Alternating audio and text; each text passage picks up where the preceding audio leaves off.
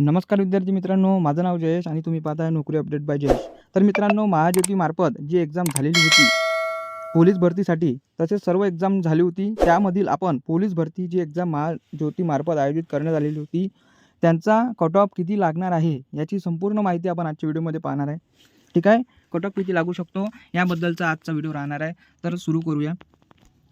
तर मित्रांनो, महाज्योती पोलीस भरती आपण अंदाजित कट ऑफ पाहणार आहे। अंदाजित कट ऑफ किती लागू शकतो, मागच्या वर्षी किती लागला होता आणि आता किती लागण्याची शक्यता आहे हे आपण आजच्या व्हिडिओमध्ये पाहणार आहे। तर पार्टी, आरटी, टीआरटीआय आणि महाज्योती यांचा आपण कट ऑफ मागच्या वर्षी किती लागला हे आपण पाहून घेऊ। जसं महाज्योतीची एक्झाम होत असते तसंच बार्टीमध्ये जे सबकास्ट होत असते त्यांची सुद्धा एक्झाम होते, आरटीसाठी आणि टीआरटीआयसाठी सुद्धा एक्झाम होत असतात। त्यानुसार आपण मागच्या वर्षीचा पाहून घेऊ। तर मागच्या वर्षी मित्रांनो, बार्टीसाठी 97+ मार्क्स 100 पैकी असणे गरजेचे होते। त्यांना स्कॉलरशिप मिळाली आणि प्रशिक्षणसुद्धा मिळाले फ्रीमध्ये। त्यानंतर आरटीसाठी 96+ मार्क्स पाहिजे होते, टीआरटीआयसाठी 97+ मार्क्स पाहिजे होते आणि महाज्योतीसाठी मित्रांनो 95+ मार्क्स इथे पाहिजे होती।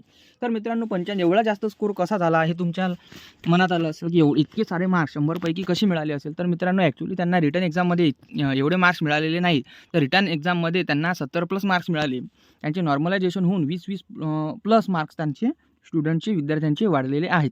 तर मित्रांनो, एक्झाममध्ये 60+ आणि 65+ जर मित्रांनो तुमचे असतील तर तुमचा सध्याचा सेफ स्कोर राहणार आहे। सेफ स्कोर राहणार आहे 60+ आणि 65+ इतका आपण सेफ स्कोर मानू शकतो। ठीक आहे, नॉर्मलायझेशन झाल्यावर ते कदाचित तुमचे 80+ आणि 90+ इतकं जाऊ शकते। 80+ + 90+ मार्क्स तुमचे जाण्याची दाट शक्यता इथं दिसून येतात मागच्या वर्षीनुसार।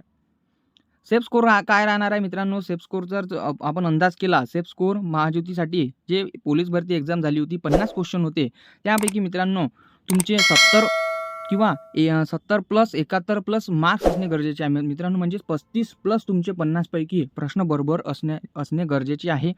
म्हणून तुमच्या इतका सेफ स्कोर राहणार आहे। 70+ 71+ राहिलं तर तुम्ही 90+ तुमचे चान्सेस जास्त करून आहे। 90+ चान्सेस तुमचा स्कॉलरशिप आणि प्रशिक्षणासाठी आहे। 70 आणि 71+ मार्क्स असणे गरजेचे आहे।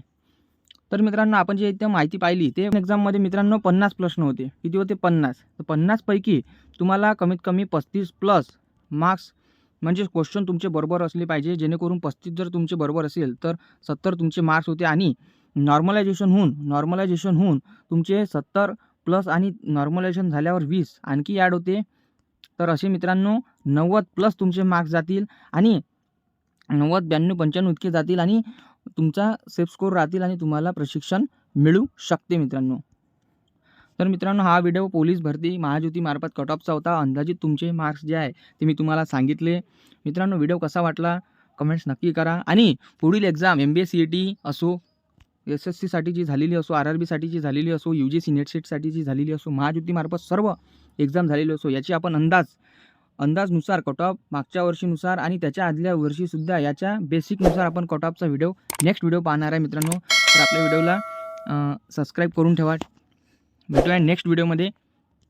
धन्यवाद।